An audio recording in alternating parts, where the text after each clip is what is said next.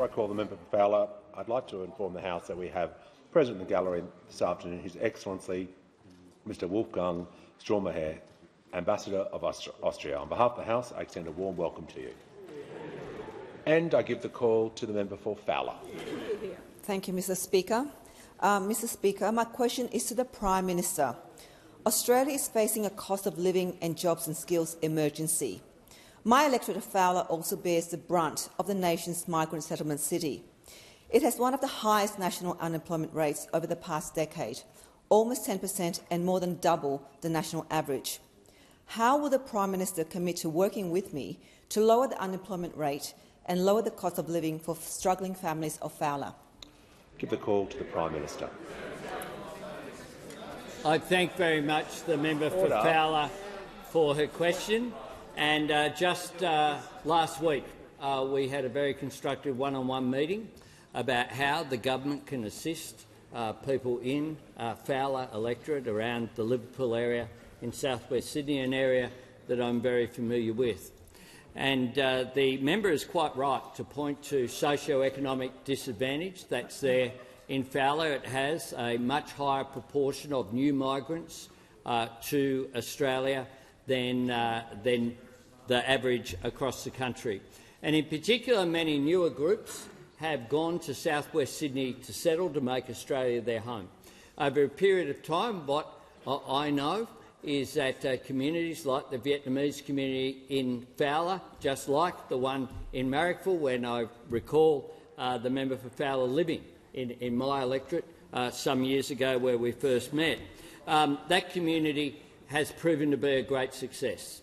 But newer communities, of course, require that additional support, such as the Assyrian community, people who fled war-torn Syria in recent times. And my government is very conscious of that. That's one of the reasons why I've encouraged the member to engage in the Jobs and Skills Summit process, to have a local forum, and offered the government support to provide advice, speakers, to provide the full force of government to have local forums, which is on offer to anyone around this chamber as well.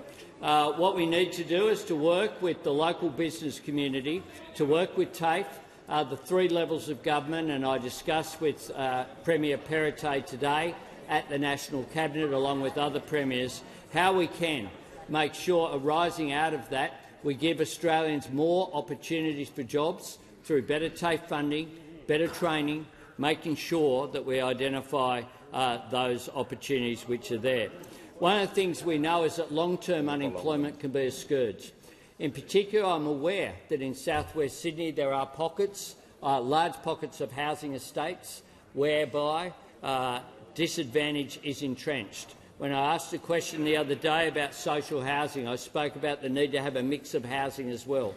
And I have raised with state premiers as well as with local government, how we get better investment as part of this government's commitment through our Housing Australia Future Fund and other investment vehicles to get increased support for a mix of housing, so that you don't have people growing up in communities where they can't see people that they can aspire to be one day.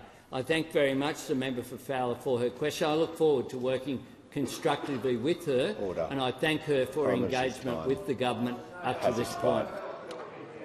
And